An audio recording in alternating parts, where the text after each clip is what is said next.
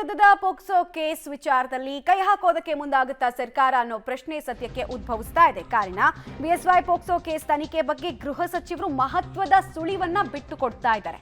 POCSO ಪ್ರಕರಣದಲ್ಲಿ court ಸಾಮಾನ್ಯವಾಗಿ ತಡೆಯನ್ನು ಕೊಡಲ್ಲ, ಸ್ಟೇ ಕೊಡಲ್ಲ. ಆದ್ರೆ ಬಿಎಸ್ವೈ ಪ್ರಕರಣದಲ್ಲಿ ನ್ಯಾಯಾಧೀಶರು ತಡೆ ಕೊಟ್ಟಿದ್ದಾರೆ. ಬಿಎಸ್ವೈ ಪ್ರಕರಣದಲ್ಲಿ ಕಾನೂನಿನ ರಕ್ಷಣೆ ಇವರಿಗೆ ಸಿಕ್ಕಿದೆ ಅನ್ನೋದನ್ನ ಅವರು ಹೇಳಿದ್ದಾರೆ. ಕೋರ್ಟ್ನ ತಡೆಯನ್ನ ತೆರವು ಮಾಡೋದಕ್ಕೆ ನಾವು ಪ್ರಯತ್ನಿಸ್ತೇವೆ ಅಂತ ಕೂಡ ಪರಮೇಶ್ವರ್ ಅವರು ಹೇಳಿದ್ದಾರೆ.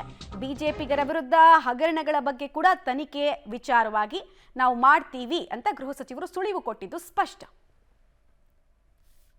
ಯಡಿಯೂರಪ್ಪನವರ ವಿರುದ್ಧ ಪೋಕ್ಸೋ ಕೇಸ್ ತಡೆಯಾಜ್ಞೆ ರದ್ದು ಮಾಡೋದಕ್ಕೆ ಸರ್ಕಾರ ಏನೋ ಅಲ್ಲ, ಅದು ನಾನು ಹೇಳಿಕೆ ಕೊಟ್ಟಿದ್ದೇನಲ್ಲ, ನಿನ್ನೆನೂ ಕೂಡ ಹೇಳಿದ್ದೇನೆ.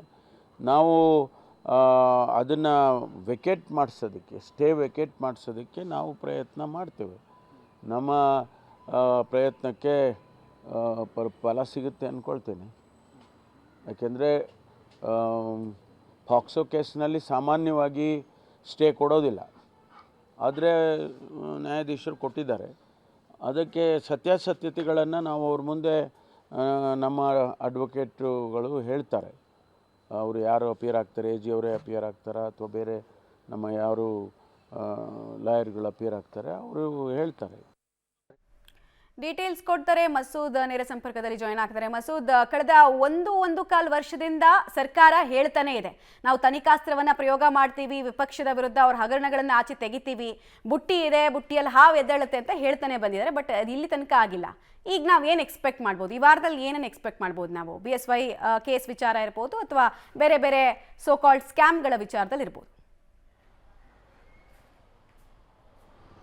ಮಮತಾ, ಯಡಿಯೂರಪ್ಪನವರ ವಿರುದ್ಧ ಪೋಕ್ಸೋ ಕೇಸ್ ಈಗಾಗಲೇ ದಾಖಲಾಗಿರುವಂಥದ್ದು. ಆ ನಿಟ್ಟಿನಲ್ಲಿ CIDಗೆ ಕೂಡ ರಾಜ್ಯ ಸರ್ಕಾರ ತನಿಖೆಗೆ ವಹಿಸಿದೆ.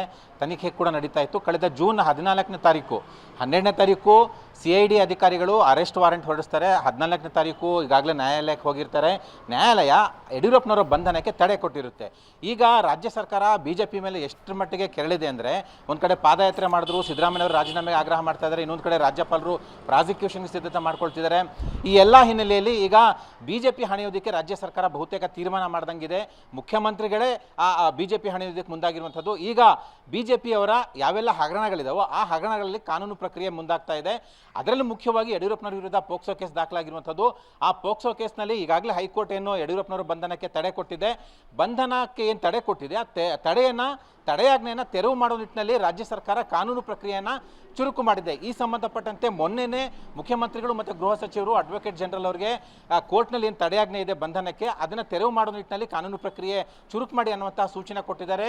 CID ಪರ ಅಂದರೆ ಸರ್ಕಾರದ ಪರ ಇರುವಂಥ ವಕೀಲರು ಕೂಡ ಆ ನಿಟ್ಟಿನಲ್ಲಿ ಸಮರ್ಥ ವಾದ ಮಂಡಿಸಿ ತಡೆಯಾಜ್ಞೆ ಏನಿದೆ ಬಂಧನಕ್ಕೆ ಅದನ್ನ ತೆರವು ಮಾಡೋ ನಿಟ್ಟಿನಲ್ಲಿ ಈಗ ಸೋಮವಾರದಿಂದ ಚುರುಕು ಮಾಡ್ತಾರೆ. ವಾದ ಕೂಡ ಮಂಡನೆ ಮಾಡ್ತಾರೆ. ಆ ಮೂಲಕ ಯಡಿಯೂರಪ್ಪನವರ ಪೋಕ್ಸೋ ಕೇಸನ್ನು ಟಾರ್ಗೆಟ್ ಆಗಿ ಇಟ್ಕೊಂಡು BJP ಹಣಿಯೋದಕ್ಕೆ ರಾಜ್ಯ ಸರ್ಕಾರ ಮುಂದಾಗಿರುವಂಥದ್ದು.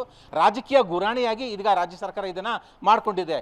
ಸಿದ್ದರಾಮಯ್ಯ ರಾಜೀನಾಮೆ ಆಗ್ರಹ ಮಾಡ್ತಿರುವಂತಹ ಹಿನ್ನೆಲೆಯಲ್ಲಿ ಇದನ್ನು ರಾಜಕೀಯವಾಗಿ ಜಿದ್ದು ಅನ್ನೋ ರೀತಿಯಲ್ಲಿ ಪೋಕ್ಸೋ ಪ್ರಕರಣವನ್ನು ರಾಜಕೀಯ ಗುರಾಣಿಯಾಗಿ ರಾಜ್ಯ ಸರ್ಕಾರ ಈಗ ಬಳಕೆ ಮಾಡಿಕೊಳ್ಳೋ ನಿಟ್ಟಿನಲ್ಲಿ ಹೊರಟಿರುವಂಥದ್ದು. ಮಮತಾ, ಆಲ್ ರೈಟ್, ಧನ್ಯವಾದ ಮಸೂದ್ ತಮ್ಮೆಲ್ಲ ಮಾಹಿತಿಗಾಗಿ.